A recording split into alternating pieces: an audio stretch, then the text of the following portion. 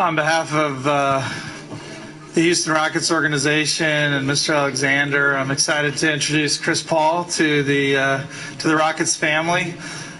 This is a moment that our whole organization has been working towards to get ourselves back to a championship, and we really think this historic pairing of Chris Paul and James Harden and the great players we have around them is one that really gives us an unbelievable chance at getting back to getting our third championship.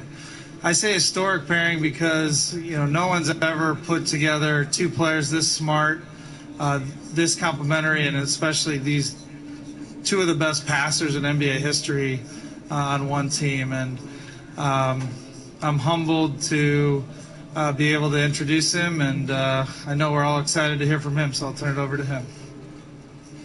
Oh, man, thank you. Thank you very much, Daryl. I just want to say how excited I am to be here, to the fans in Houston. I'm excited. And then also I want to say a big thank you to Los Angeles, the city of Los Angeles, the Clippers organization. They've been unbelievable to me and my family for the past 6 years, to the Brotherhood Crusade and LA's Best and the kids that are back in Los Angeles. Like I always say, I changed locations and teams, whatnot, but I didn't leave you guys. And to be here now, at this point in my career, it's all about winning. I'm excited about the team, the organization. Mr. Alexander's been unbelievable, Tad and these guys, and then obviously knowing Coach here from USA team days, Daryl, and obviously James and the guys. I'm excited to be here.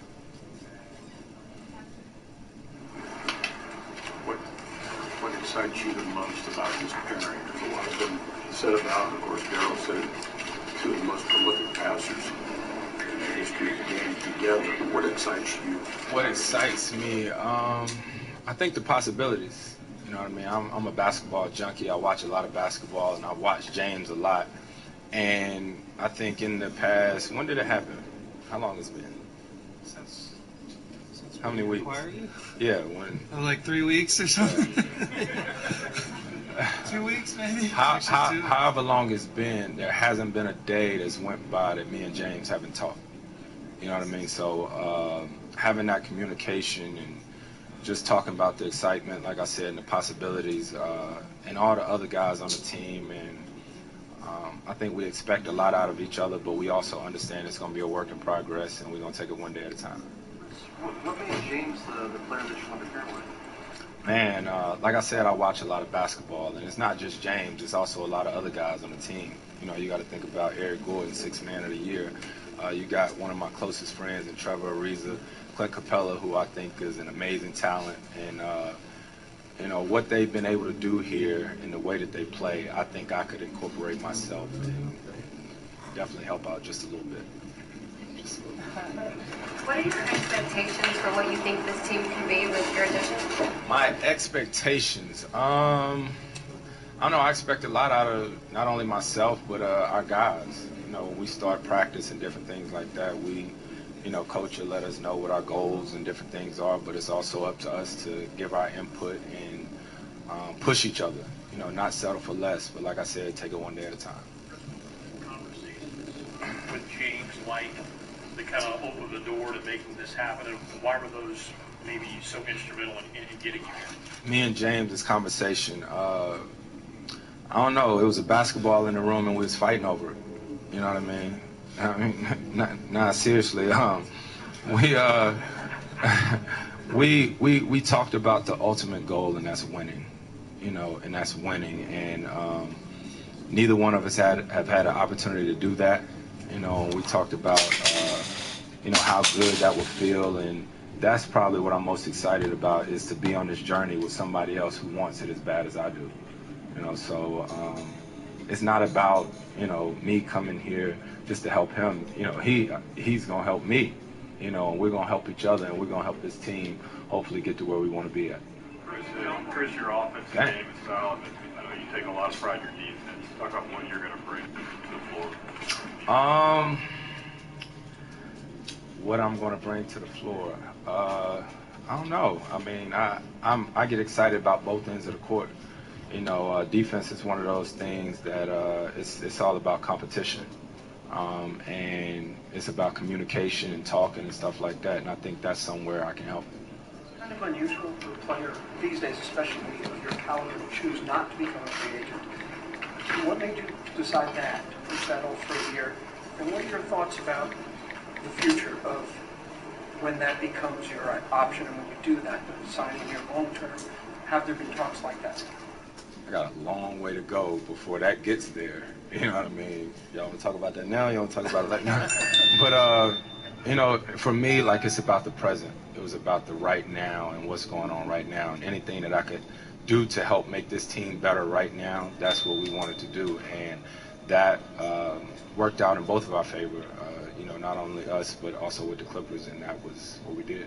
The first part of my long question there, why do it the way you did, as agreeing to do it in a sign and trade rather than be a free agent and then sign here? Yeah, like I said, it actually helped out both teams. You know what I mean? That way I could go here.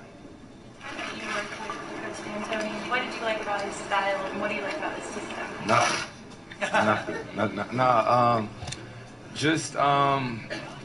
I mean, it's tough talking about someone when they're sitting right next to you. But Coach is just a genuine guy. You know what I mean? Who I know is going to get on me, which he has to. He has to coach me, and I'm excited about that.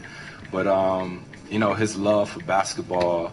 I'll tell you the truth. You find me somebody to say something bad about Coach, and I'll tell you somebody who I'm probably not going to fool with.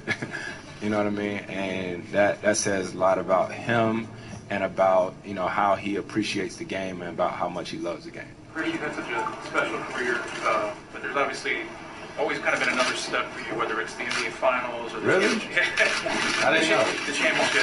Obviously, I mean, you don't come here, I'm sure, without believing you can win the championship in this era of super teams and the Warriors. Is that your primary focus, as simple as it sounds? Absolutely. Me and James talked about it.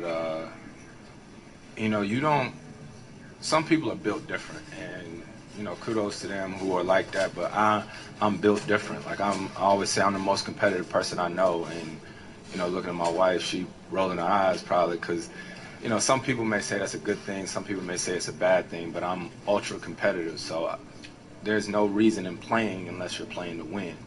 Right? Right? Straight up. So like we have one goal here, and that's to win. You mentioned, even in the introductory comments, the LA, the community, all the kids. You were involved in community in New Orleans and did a lot there, and obviously in LA. How important is that to you? We're going to talk basketball, but there's a whole other side to it. That's very important. And if y'all would have seen us when we walked in, I rolled deep. I got my whole crew with me, my team in here, and you know, the fans that come out here and support us, you know, we wouldn't be able to do what we do without them. You know what I mean? So obviously basketball is one part of it, but do trust, you know, me and my team, my crew, we will get out and find out. I'm sure the Rockets and stuff are already doing different things in the community and try to do our part also. About fighting over the ball, how do you envision that the dynamic on the floor working with James, and how might you adapt your game to help enhance and complement his? It's definitely going to be an adjustment, but I'm excited about it. I'm truly excited about it. That's Coach's problem over there. You know what I mean, to figure that out. But I think Coach said it, when you want to win, and when you want to win, you'll do whatever it takes. And I know James has that. I know I do. Whoever is in our locker room, I'm sure from day one we're going to talk about sacrificing and doing whatever you have to do to help us win.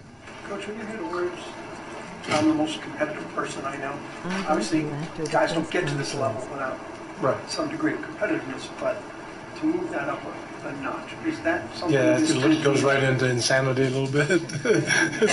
No, it's, before I get started, I really want to welcome Jada, two kids, little Chris and Cameron, to the community, and looking forward to having them here in Houston.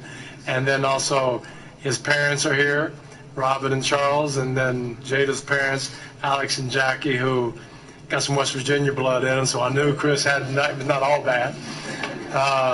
But anyway, and also CJ and his wife Desiree, they're here also, and they move in the clan.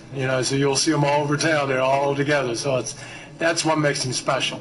He doesn't forget his bonds. He doesn't forget what he's doing. At the same time, he can be close to a killer on the floor, and that's what we always liked about him. And you hate to play against him, but I've been on his side and I've been against him. It's much better to be on his side. So looking forward to it. And you know what? He brings a special type of competitiveness.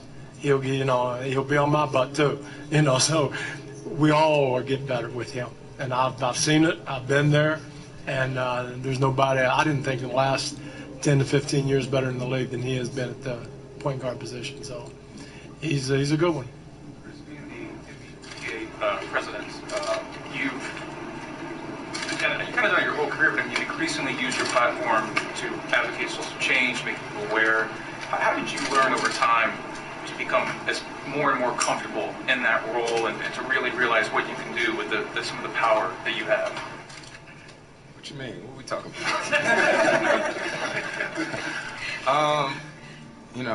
I don't take this role lightly. Some people say, you're not a role model, this and that, and I'm not perfect by any means, but I also understand the responsibility it is or whatever. I know how my kids look at people that they see on television, whether it's the Disney Channel, whether it's other guys that's in our league.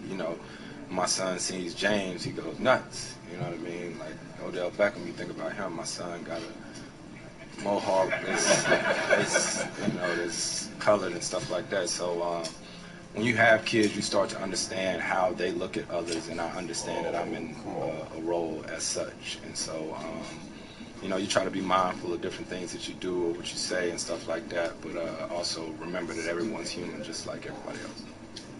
You had one of the best mid-range games in the NBA, known for that. The Rockets, as an organization, the last several years have sort of avoided the mid-range game, threes and bad shots around the basket.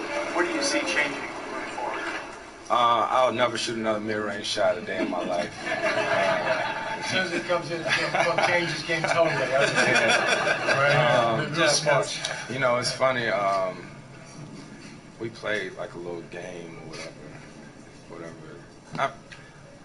I think what you do is you take the open shot, whatever's there. You know what I mean? So we'll see.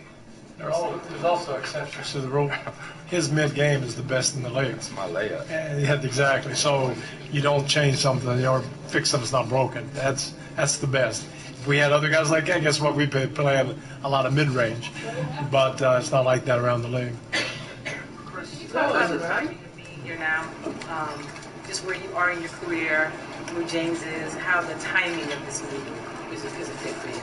Yeah, if you would have asked me some years ago or a little while ago if I would have ever left LA, I probably would have said no. And the timing, change is inevitable.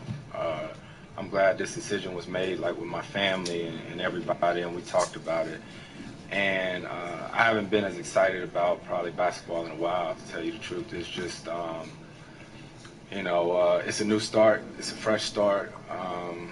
And I don't know, the timing couldn't be better for myself along with James. Chris, your time with the Lakers, you and DeAndre. With who? I mean, I was only with them for like an hour or two.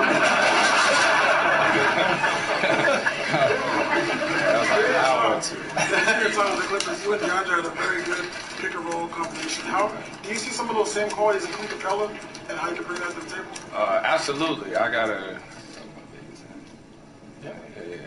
I had an opportunity to play with Clint and Trevor and James when we were in Vegas last week or whatnot, and I think that's what got me so excited because Clint is just, I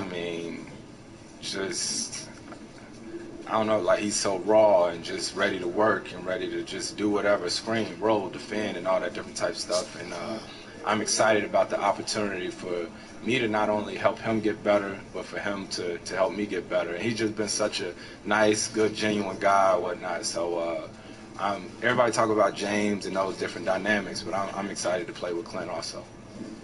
Think of the possibility of adding Carmelo to this mix? About the possibility? I don't know about all that. I'm just trying to get through this press conference. You're jumping the gun. Yeah, I don't know what you're talking about, boss. Chris, as a competitor, you've seen James Harden over the years lots. How have you seen him grow as a player?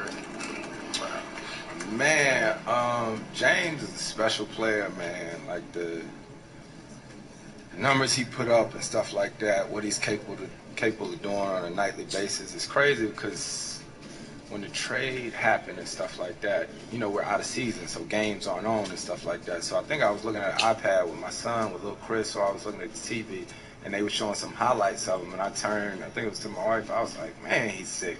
Like, you don't really think about it during the summer because you're not watching the games, but like his craftiness, the shots that he's able to make, and I'm here to help make his job easier, you know, and he's very crafty, just know that, and I'm here to help him. Chris, I know there's like ups and downs when you're in the NBA for a long time. Is this something that you think this move give you like extra spring in your step or kind of rejuvenate you? Not that you. Not there's anything. No, nothing bad. Just give you, just give you a boost. I mean, you've been playing for a long time. You know what? I hope so. And for me, I'm excited about the process, about the, like the working out and getting ready for it. And like I said, it's not only just a lot of high expectations from others. I expect a lot from myself. So I'm excited about, camp and all the little stuff like the working out, getting back in shape, the training, and seeing what we're made of. How much time do you expect to spend with your new teammates before you guys officially start camp? A lot. I'm with these different guys probably about every day. I've been with Trevor, Ariza, and Bobby Brown about every day, and then James, Clint, all of us were together in Vegas, and we spent a lot of time together. First, how close are you to those Warriors now? I mean, they're the ones. Daryl said it's an arms race in the Western Conference. How close do you think you've gotten? I don't know. We're not close enough, to tell you the truth. Like, I mean, they wanted, I don't know how many straight years. It's up to us to, until somebody beats them, they're who everybody's chasing. So we got a lot of work to do. Yeah, Mike, how much time have you already spent just playing this out in your mind and setting this up and all that stuff? What do you envision? Well, I envision a great team. It's not as, I don't read a whole lot, but I read some about, Sharon. We got a great, if you get a great team, great teammates, and they all want to do it, then it's the easiest thing in the world is to figure it out. Now, whether we're good enough, we'll see. But, teaming people together, it's the attitude that people bring that changes it. We got two of the best playmakers in the league last year, if not the best. And now they'll play off each other. They can both shoot. They can do everything. So that's easy. And we'll run what we run, and then we'll tweak things as we know each other's games and how the synergies between the players, and we'll figure things out. But it doesn't keep me up at night. If I stay up at night, it's because I'm excited, not because I have to worry about anything. You're obviously a guy that knows the landscape in the NBA well. Going into this process, how comfortable were you with Daryl and Les Alexander, and how much did the organization's reputation as a whole play into this? Man, that's a great question. I didn't know them that well. I knew sort of them and whatnot. But when I say he could have wrote the CBA, like he absolutely could have. And it's funny, I think one of the first things I told you, I said, I want to learn some of it. Some of what he knows. I think you did write some of it. Maybe. I helped. Players needed? I helped with some of it, but I think this organization and its credibility precedes itself. And obviously I played against the Rockets a number of times and saw the energy from the fans and everything like that. And then one thing you can tell a lot about a team too is when you talk to the players. And so when I had an opportunity to talk to James and then Trevor, Ariza, and Bobby Brown. Trevor, me and him played together for 1 year in New Orleans, same thing with Bobby. And them guys are close to me like family. And the way Trevor raves and talks about the organization, and then to hear it from James, that meant a lot. Chris, you talked a lot about the desire to win at the stage of your career. Does your basketball mortality factor into any of this? How much does it push you as you get to a later stage of your career to make sure? Basketball mortality. I don't know if that means anything to me.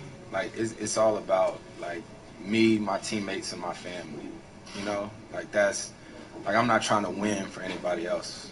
You know, I'm trying to win for my teammates, for myself, and my family. Like, my crew who sacrifices day in and day out and know what it takes or what we go through or whatnot, and to get that feeling. You know what I mean? So, basketball mortality, not so much, but everything else. Chris, now that you're in Houston, you plan on getting a grill made? A grill? A grill. You're in H-Town. My wife just raised her hand. My wife just raised her hand. Absolutely. No, not a smoker, Coach. No,